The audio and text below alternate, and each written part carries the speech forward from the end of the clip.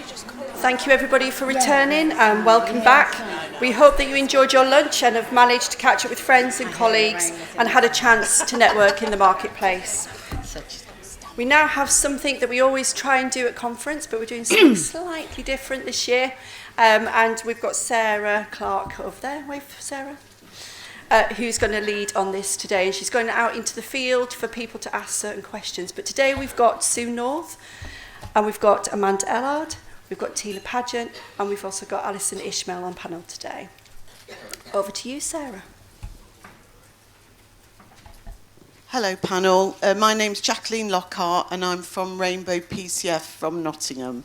So my question is, there have been many questions raised about mainstream schools and how they can be more inclusive of SEND pupils. Some of the barriers raised are behaviour and attendance, progress aid versus flexible curriculum. What can you do about the incentives for mainstream schools to be inclusive? Shall I kick off? Thanks, Jacqueline. And before I start, actually, I just wanted to say it's lovely to see everybody, and thank you very much for inviting me today.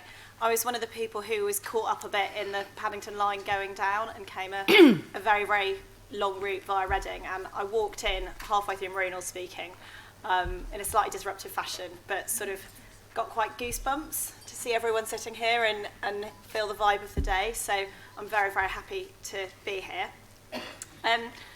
Let me kick off with this one, and I'm sure others will want to come in. I think your question is one of the absolute, $64,000 questions, if you like. If we get this right, so much will flow from it. I think the word incentive is a really interesting one. I know we're going to talk about accountability as well, and they're both all about how we get systems wired properly.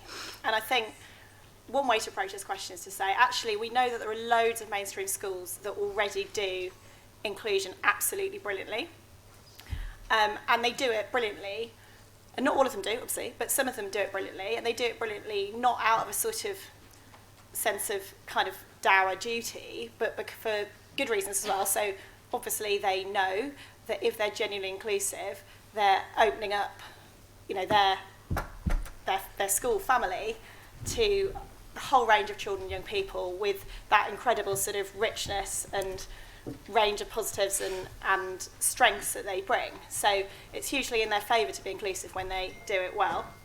I think also another reason that lots of schools see it in their favour to be inclusive if they can do it well is because it means they're more likely to be getting it right for everybody. So at the risk of embarrassing Tina and Marina for a minute, when they met a few weeks ago with our Education Secretary Gillian Keegan and also Claire Coutinho, who's going to be here shortly, I thought they made a brilliant pitch for why, if we get it right in schools for children with SEND, we're way more likely to also be getting it right for looked after children, for children in receipt of the pupil premium, and for everybody. So that's a really powerful point. And I think also it's in schools' favour to get it right because this isn't a niche group. I think there's quite a bit of data that shows that by year 11, up to a third of children will have been in need of some kind of special educational needs support. So it just doesn't make sense not to be inclusive unless the system is kind of wired against you. So when I think about, for example, the head teacher of my younger daughter's primary, I could tell the first time I went round that school with her as a baby in a sling that he was somebody who would make every single child welcome in that school, not just in the sense of they'd be on roll and they'd be attending, but that they would flourish and thrive because they could really participate. But I think not everyone is quite so lucky to have that really inspirational, inclusive leader. So then it's a question of what do you do with your systems and your wiring of your systems to try to help people do the right thing. And so in the improvement plan, you'll see that we talk about things like, not just the Ofsted framework, which you've heard about earlier, although sadly I missed it, but things like initial teacher training, that's so important, as well as CPD for all staff, because this obviously isn't just about SENCOs, although they're really important. It's about every teacher and every member of staff supporting children with SEN. So I think if you're in that system space, then it's about how can you be super careful to make sure that you're not working with blunt instruments and you're not inadvertently creating unintended consequences. So I think you mentioned attendance, and to me that's a really good example.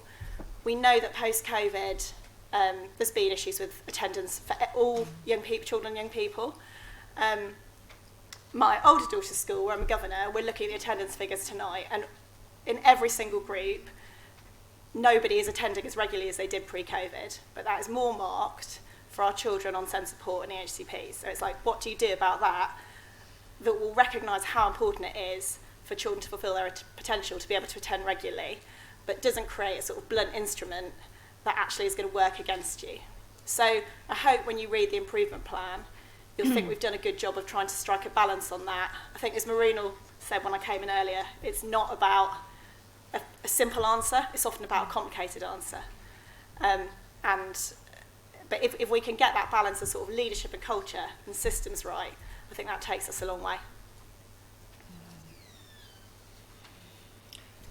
I mean, from Ofsted's perspective, there are some, really well-trained and experienced inspectors, particularly through our OI, our part-time Ofsted inspectors that are recruited from the sector, that are working in the sector, that know and understand inclusion. So they're part of that inspection team when they're going into schools, when they're going into colleges, as well as obviously the compulsory sort of training and regular and frequent training around SEND and high needs for inspectors. So the current education inspection framework allows all teams going in to focus in on the experiences of children and young people with SEND, and to be able to ask those questions. They know what really good inclusion looks like because they see it in schools and they see it in colleges, and they've got to see that good practice. And so when they go in and that good practice isn't there, they're able to report on that. So I'm just going to stick my two-penny in as well. I think we need to do more to support parents as a whole to understand what good looks like. Because I think at the moment when parents are thinking about schools for their children, they're looking at attainment quite often. And actually, going back to Alison's point, what we know is that a good school, looks after well-being. It looks after all of its children. But I don't think we communicate that clearly enough. And I don't think that we give parents the tools that they need to go and interrogate schools about that. So for me, that would be something that we could look at doing more of. So I think there was an additional element around what can health do to help make schools more inclusive, and I think that there's lots of things that health can do. I know sometimes it may feel as though that's not always happening, but I guess I wanted to share with people, an example of what health can do is the Autism in Schools project, which is an NHS funded project. But I think that the reason it has been such a successful project is because actually it was co-designed and co-developed with parent carer forums, with health, with the local authority and with schools. And Sarah over there led it with Maureen from a parent carer forum perspective. But we have seen that approach be hugely successful, and it began as a small project that was around reducing admissions for children and young people into mental health hospitals, and it did that very successfully. But actually what the evidence showed was that it reduced exclusion from school. It really supported schools to think about their practice in a different way, about how they could be more inclusive in meeting the needs of children and young people with autism, but with any kind of need actually where they needed that differentiated support. So I think there are some good examples of what health can do to help make schools more inclusive. As ever, there's always more that we can do. We know that there are challenges, and I guess that's what we hope. The SEND improvement plan will help us think about how we work together to achieve those ambitions. Yeah. Thank you.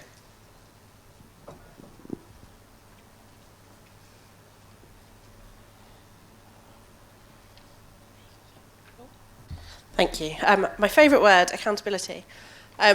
So how are you going to improve and increase accountability, real genuine accountability on multi-academy trusts and all schools really, to improve inclusion and ensure more children and young people can remain in mainstream where this is right for them? This includes accountability to local authorities, DfE regions groups, and also accountability to parents, many of whom report that when they complain that schools just investigate themselves. Thank you. So what was your name? Holly. And where are you from? I am from East Sussex. Hi, thank you. So I think it's sort of like part B of the previous question in a way, isn't it? Accountability is a word we use a lot. We probably all mean slightly different things. But to me, it's about how do you hold people to play their part in the system. And I hope when you read the improvement plan, you'll think that we've taken that kind of challenge on really well. So on multi-academy trusts, for example, which your question began with, again, I think it needs to be said that loads of trusts do this very well already, and loads of them actually have made it, in their DNA to be inclusive and to really focus on what they can do to support children who might have different needs. But we know that isn't universally true, and that we do need more clarity about what good looks like in this space. So obviously, Tina's talked about the role of Ofsted there, which I think is really important. We've also got something forthcoming. Let me see if I can say its name. It's not very sexy. The Academy's Regulation and Commissioning Review, which I know doesn't trip off the tongue, but is going to be a really important publication that we're going to put out soon, which is all about what we can do to recognise what good looks like in the best performing academy trusts on inclusion, and make sure that that accountability is there in the way it is for all schools. So that's another sort of watch this space, but I think that's going to be really important in facing up to the challenge of, again, how we get that kind of balance right. And as you say, it is about making sure that for every child, young person who could thrive in mainstream, they've got the opportunity to do so. I think you'll also see in our improvement plan that we talk about how actually school leaders, if you're thinking about the provision and the planning in any particular area, they should be absolutely prominent in those sort of new structures and systems. So local inclusion boards and plans, etc. We really want school leaders from all different types of schools to be fully represented there. So that, again, you're trying... I'm always back and forth in my head about how much is this about culture and leadership, how much is it about really getting the wiring right, but we know systems do respond to wiring. So it's like, how do you get all of those things aligned so that there's, both trusts and individual schools have got incentives to do the right thing, and also accountability if that's not happening. I think there is also an important thing here about sort of transparency and shining a light on what's going on and what can be expected. So, and Amanda, I was really interested in what you were saying about actually, when we're trying to put information out there about how schools are performing, what they're doing, are we offering parents sort of academic data, attainment, pure attainment data in a sort of traditional sense? Is that what they're looking for, or actually are they more interested in well-being, belonging, whether their child's going to feel included? I wonder whether that varies a bit, or it'd be great to talk about like what your research tells you and things. But again, one of the things we talk about in the improvement plan is how can we make it easier for parents to know what they should expect, how their local schools are performing, and also just picking up on your point about complaints, good process, being sure that no one's marking their own homework, real clarity about who's doing what in the system. Just how can we make that clearer, and wherever we can simpler as well, recognising the huge strain it puts on everybody when you end up in those kind of situations. Can I say something? I've just got to get off my chest. That's fine, but a lot of our parents, they get penalised. Their children, like my son's got a bowel condition and he can't get to school on time because he might want to go. But our parents are getting penalised for their children maybe not attending school, for our children being late and things like that. And I can't see nothing that you said that will protect our parents. And you're talking about accountability and things like that. But where is it to say to protect our parents from not being penalised, not getting charged for their children being late or not attending school or anything like that? Where's the support for the parents? Thank you. Sorry, what was your name? My name's Nana and I'm from Lucian. Hi. So I think you've just given a really good example of where actually something that might be well intended, which is to prioritise good attendance at school, works as a blunt instrument because we're trying to have a sort of simple solution to a really complex problem, and where actually what the right answer will look like or what good looks like is different for every child and family. And I think you do see examples of where schools work really well to kind of have that flexibility, that understanding of just different children's needs, some of the challenges that that families will face. But what you've just described in terms of your son, I think unfortunately is what we hear way too often from families who feel that they find themselves on a different team from the school, a different team from the local authority, when they've actually got, you know, more than enough on their plate already, just in terms of trying to keep the show on the road. So I can't promise you that's something that's going to be sorted out overnight. I wish it was possible to, but I hope when you know, what we're trying to do in the improvement plan is to get to a point that we're recognising that there aren't simple and one-size-fits-all answers, and we need to have kind of high standards about what good looks like, encouraging all the different people in the system to do the right thing, but not a sort of blunt one-size-fits-all, which is going to be, you know, just pile on the pressure for lots of young people and their families. And I think Ofsted recognise that through inspection and recognise the differing needs of children and young people, and would be asking questions around where health is limiting their access to school, how's the school supporting that child or young person to catch up, how are they supporting them with their learning while they're not able to access school through health, or for other reasons, and you know how the school manages that process really and gives those considerations to ensure that those children and young people are not missing out. And similarly with the that sort of behaviour and attitudes and that personal development, they're really important parts of the current education inspection framework, because it is looking at how children and young people are being developed outside of the traditional curriculum. So that is helpful for parents to read that as well. Lovely, thank you very much. I'm looking for Philomena. Thank you.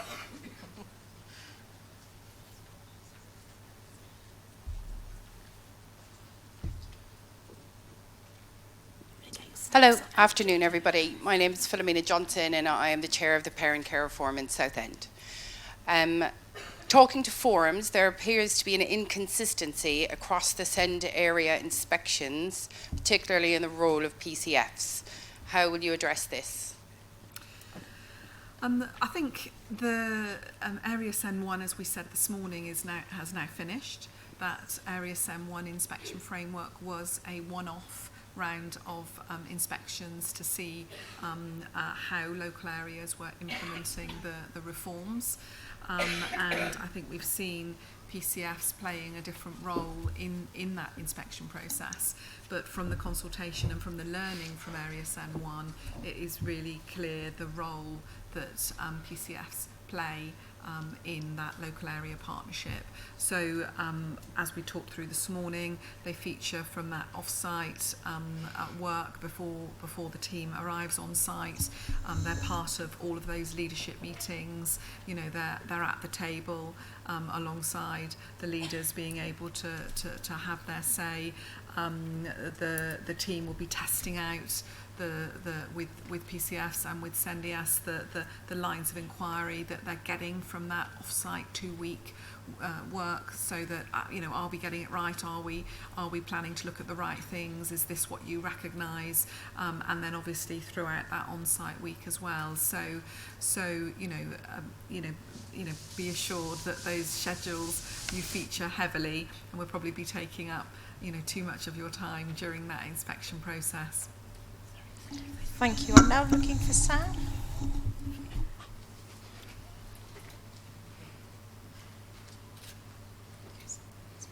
Thank you. Hi, my name's Sam. I'm from Tower Hamlets in East London. And my question is, health is struggling with waiting lists and there is no resource to supporting a well-run wait offer. what are health services doing to meet the needs, and what can we do to make sure that ICBs include SEND as a priority in their plans? Thank you for that question. So, you're absolutely right. We know that there are long waiting lists for a range of health services and assessments for children and young people, and that even with investment we have some challenges with workforce, and that was made worse by the pandemic. So there are some real challenges around how we address that, how we reduce the waiting lists and what happens.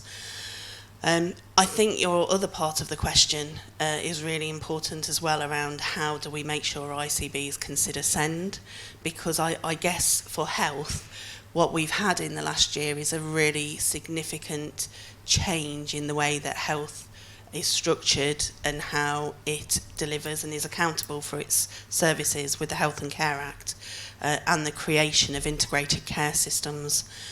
And whilst we really think that there are great opportunities through ICBs to have a much stronger local delivery, local partnership and local consideration of needs of the population, we know that there were also concerns around how would the needs of smaller groups be prioritised within ICBs as we move forward. So one of the things that we think will be really helpful with that is that it was agreed as part of the legislation that there would be statutory guidance issued to integrated care boards, and the requirement to have a named executive lead for children and young people, and specifically for SEND and for safeguarding. Also, an executive name lead for learning disability and autism and Down syndrome. So every ICB at that most senior executive level should have a named person that is responsible for ensuring that those statutory duties for SEND are being delivered. So I think for me, that's where parent care forums have a really vital role in making sure that you know who that person is in your system, where you are based, and that there's some dialogue with them, looking at what that means and how that will be delivered. It doesn't mean that they will be responsible for everything. Some ICBs are small, some ICBs are huge and have lots of local authority areas within them. So some of that will be delegated to a place-based level, but there will be that executive lead who will have that accountability. And that has been communicated to boards for several months now, and the statutory guidance will be being published shortly in relation to that. I think for us, that's really important as well, in terms of rethinking perhaps how health deliverer and accountable. So I think we've worked hard as a national programme to strengthen the health focus on SEND. We have I was going to say a larger, what I mean is larger than our very, very small team as it was before, which was Lorraine. So we have a slightly larger team in SEND. We're really pleased that we have Diana, who is a parent carer expert as part of that team as well. But we also have a stronger presence regionally. So each of our regions also now have somebody who is responsible for SEND in each regional area. Mark, where is Mark? Oh, Mark is here from the south. Oh, it's Graham. Graham's here from the southeast. Every region has a Mark and a Graham. Not exactly a Mark and a Graham. So I hope you know who they are. If you don't, come and talk to Lorraine and myself, and we can make sure that you do. So I think we're really clear that there are core and key responsibilities, and not least of which is looking at how do we address some of those waiting times, particularly for some areas where we know that there have been historic and ongoing challenges, thinking about autism assessments, neurodevelopmental pathways. So we continue to really focus on what we can do to try to support that. Can I just butt in as well? So is that all right?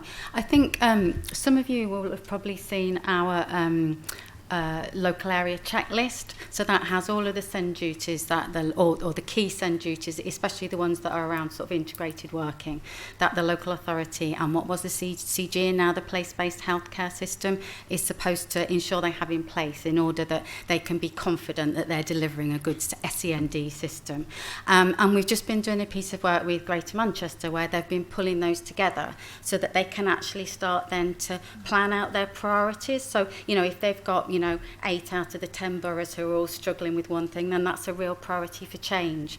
So it might just be worthwhile once you get hold of your ICB Children's Exec Lead, kind of making sure that they've got something like that in place. It doesn't have to, I mean, obviously I think our checklist is the best, but it doesn't have to be our checklist. They're probably, you know, they might have their own, you know, locally based audit, but make sure that they're actually doing that so they have a proper understanding across their system about what it looks like around SEND.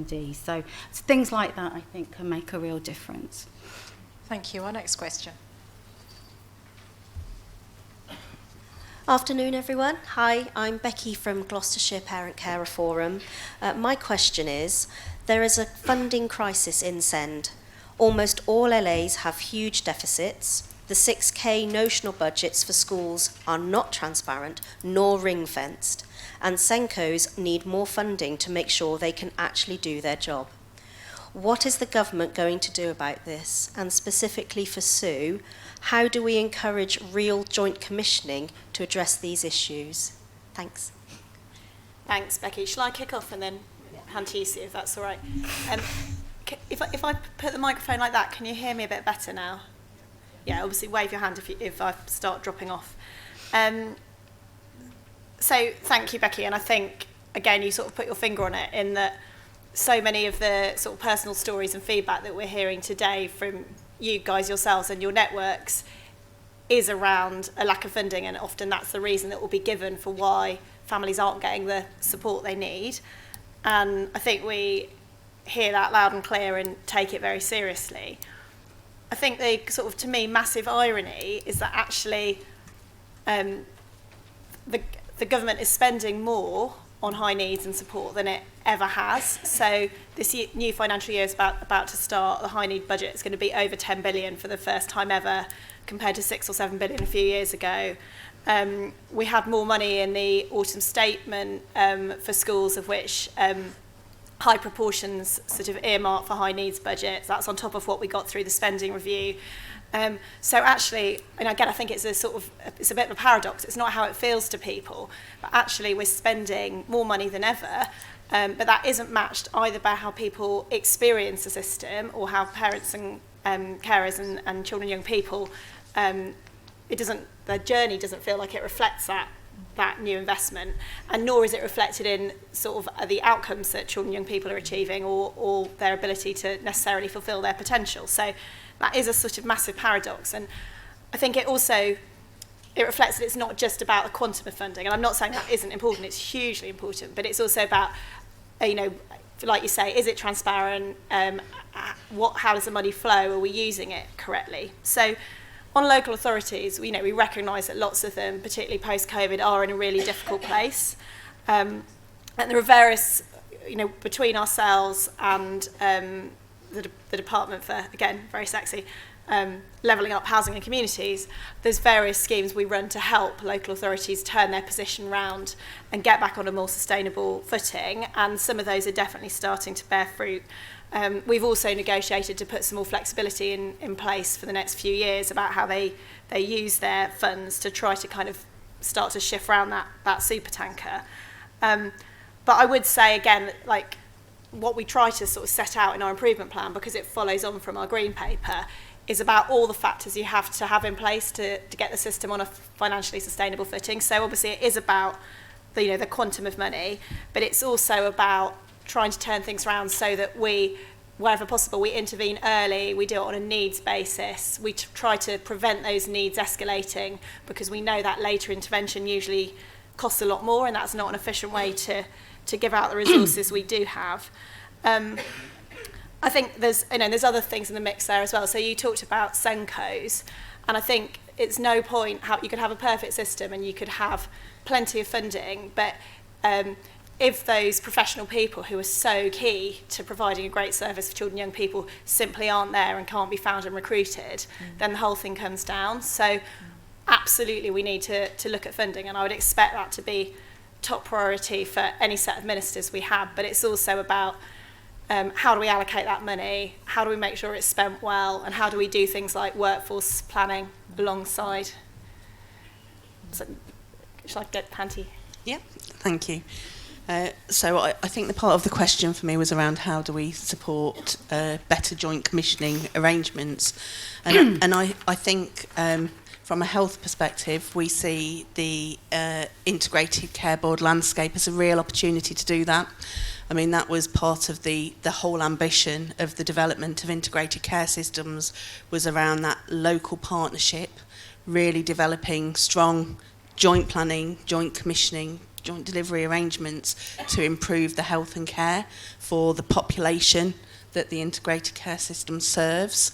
So I think the ambition is that there will be real opportunities to do that. I think, we know that where there are strong joint commissioning arrangements, there are usually better outcomes for children and young people. And I guess, this is anecdotally really, but I was involved doing an LJ peer review for an ICB system, and it was really fascinating because there was one local authority partnership with health where they had really strong joint commissioning arrangements, and it showed in terms of the outcomes for the children and young people they were serving, and there was another part of the partnership where they didn't. And it was those opportunities to kind of try and have some discussion around how do they share that learning within that partnership, and how do they spread that consideration and think about how they work together to do that. So I think it's at the heart of what the NHS reforms are about, and I think we will continue to consider how we can strengthen those messages around the need for strong joint commissioning arrangements. And I'm just going to butt in again. The one thing that was missing from Marunal's very excellent speech, and I'm surprised because you are a data geek, Marunal, is data. And I would say for me that, when you get local areas together and they start to understand that actually my pot of children and your pot of children, actually quite a lot of those children are the same children, that is a real sort of light bulb moment when people start to think differently and start to think about commissioning differently and start to kind of understand that maybe they can do it in a more effective and efficient way. So within another bit of Alison's department, they are looking at supporting better data sharing. So, all of you be getting on to your MPs, get them to write into Alison because you'll love it, and be saying that yes, we do need a unique identifier, and yes, we do need some legislative change so that actually local areas understand that they can share data, and not only can they, but they should and they must, because that's how we will start to improve outcomes. Those areas that are doing really well have started, they've got their vision that they have co-produced with parents, and they are starting to collect data to help them understand their journey towards that vision. But you can't do it without data. Thank you very much. We've got our last question. Yeah, so the last question. What does the future hold for parent care forums? Is the DFE and the NHS England committed to ensuring parent care forums are named strategic partners, along with being committed to continued funding? What does the panel suggest is the future funding model that will be held? Thank you. What was your name? It's Tracy from Barnsley. Thank you. Before I say that, can I really quickly follow up on your last point, Amanda? So I just think it's so interesting about data. Do write to me, because I do speak to other bits of DFE and I can, pass all your points along. But I'm just thinking back to various jobs I've done in government over the last many years, and I can't think of any time someone's come to me and said, I'm really irritated that you share my information and data with your colleagues elsewhere. I can think of so many times people have said to me, why are you not more joined up? Maybe that's not very scientific, but that's totally my experience. So I think it's absolutely something we should push on, and it totally comes back to the things we've been saying about transparency and making it easier for families to know what good looks like and what they're looking for, and so it flows very much both ways. So on parent carer forums, to take a step back from that, I guess I'd say parents and carers absolutely have to be at the heart of everything we do here. And I think that's probably obvious to everyone in this room, but it's also something we have to just keep reminding ourselves of, because I'm always conscious that in government, with the best intentions, we can sometimes sort of slide back to talking about quite dry and technical things. And sometimes that's necessary when you're speaking about legislation or thinking about your systems. But, you know, certainly, for example, I mentioned Gillian Keegan, our Secretary of State.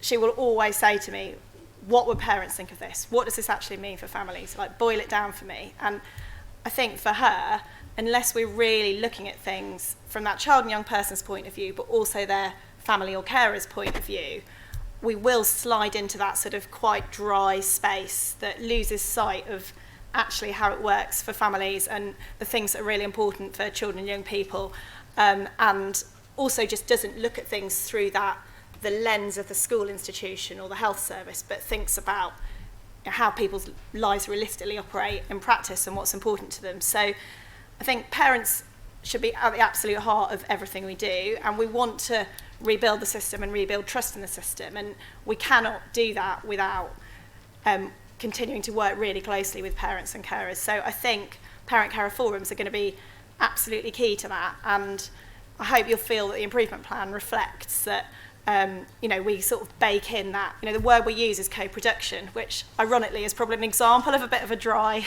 sort of bit of jargon, but what it's really about is working together and, you know, creating, where we are driving change, very much doing it together, and with what's important to parents and carers, as well as children and young people themselves, at the very heart of it. So we obviously work really closely with Tina Marino and the NNPCF Steering Group, but we also know how incredibly important your local PCFs are, and we do very much expect local areas to be working with their local PCF. And, you know, just to pick up on what Marina was saying when I came in, we do appreciate how much hard work goes on, often behind the scenes, always alongside many, many other things you're trying to juggle, and we're really grateful for that.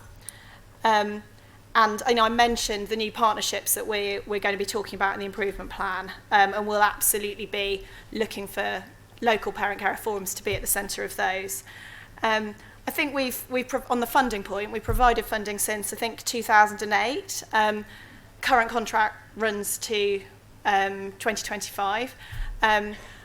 I wish I was able to kind of give a cast iron concrete guarantee about anything after, you know, the next general election and the next parliament, but I can definitely say that, you know, we feel incredibly grateful for how we work with you and the current arrangements.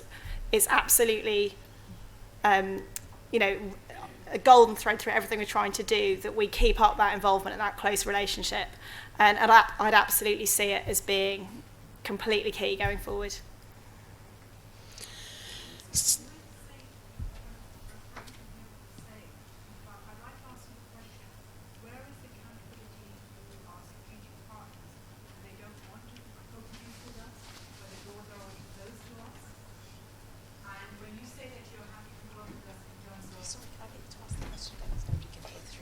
Where is the accountability to our strategic partners where they don't want to work with us, where the doors are already closed to us?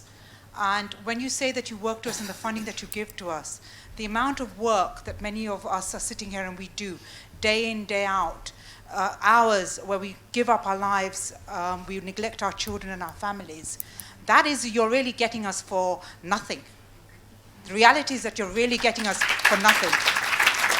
Because we are professionals in our private capacity, but when we come to the table, we are often regarded as just mere parents.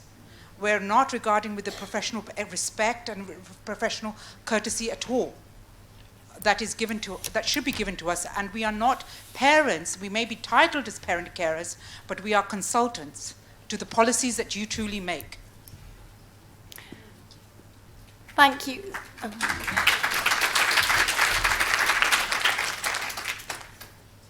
Sorry, what was your name and which area are you from?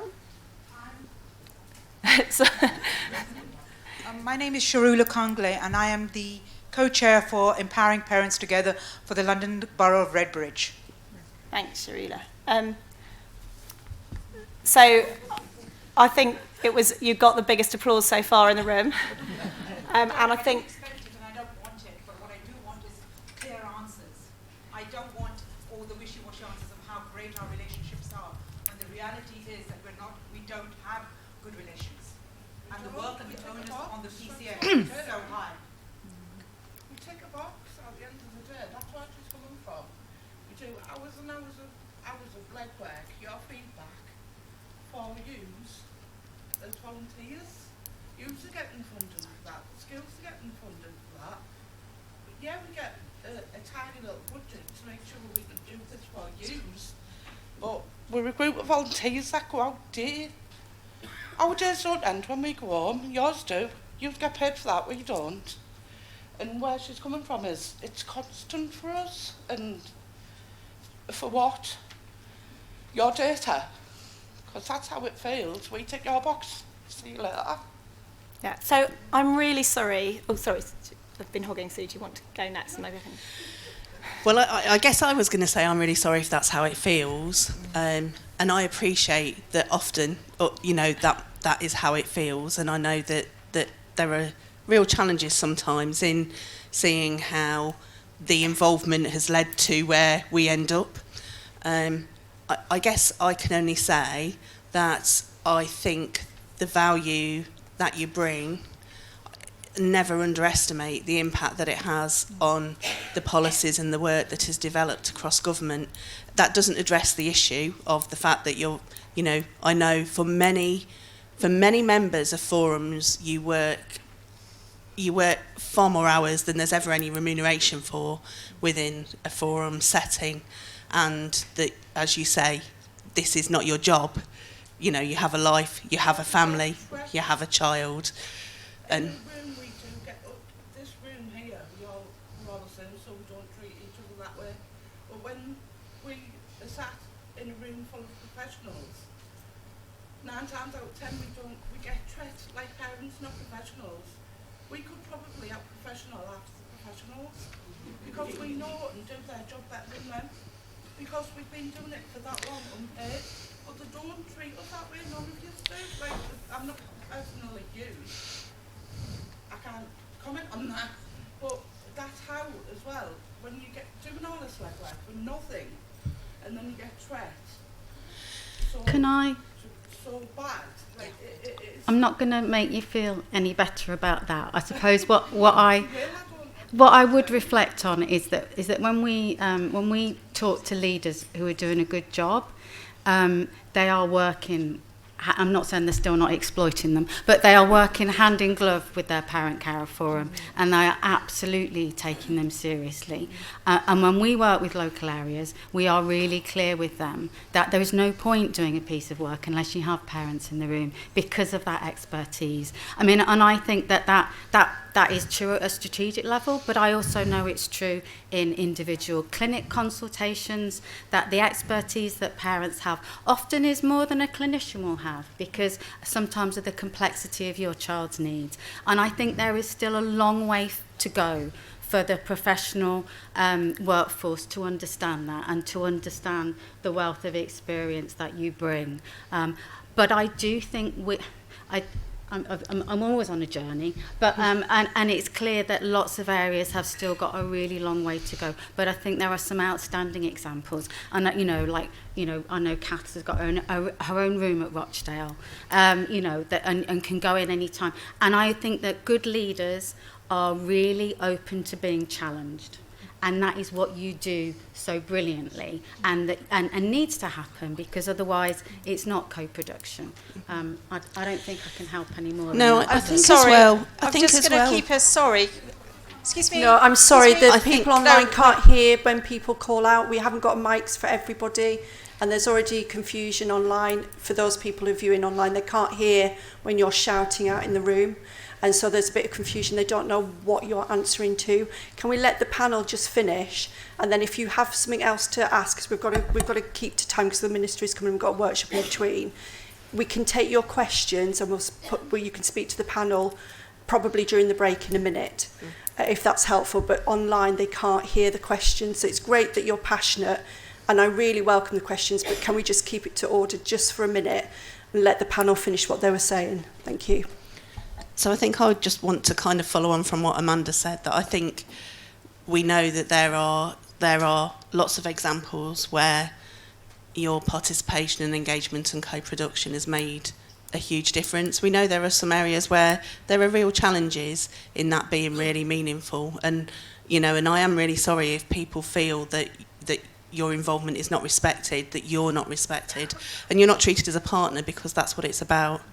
I guess, not speaking in my NHS role, I was, with some of others here, a founding member of the NNPCF when it began in 2010, and I think the huge impact in, 12 years that you as an organisation have had, you as parent carers locally, regionally and nationally, has been the most fantastic journey. And obviously I moved on and I work for NHS England now, but when I sit in NHS meetings and I hear my colleagues talk about the fact they need to work with parent carer forums, there was never that, 10 years ago. And so don't please underestimate the impact you do have, whilst not wanting to kind of not recognise the fact that we know that there are still lots of challenges and lots to do, but don't underestimate the impact that you have. Thank you very much, everyone. I just want to say there were amazing questions, and we really appreciated everyone sending in their questions online as well. And thank you very much to our panel. I'll hand over to Tina. Thank you, everybody. And like I said, there is a tea break. Please feel free to approach the panel during tea break. I'm sure they won't mind.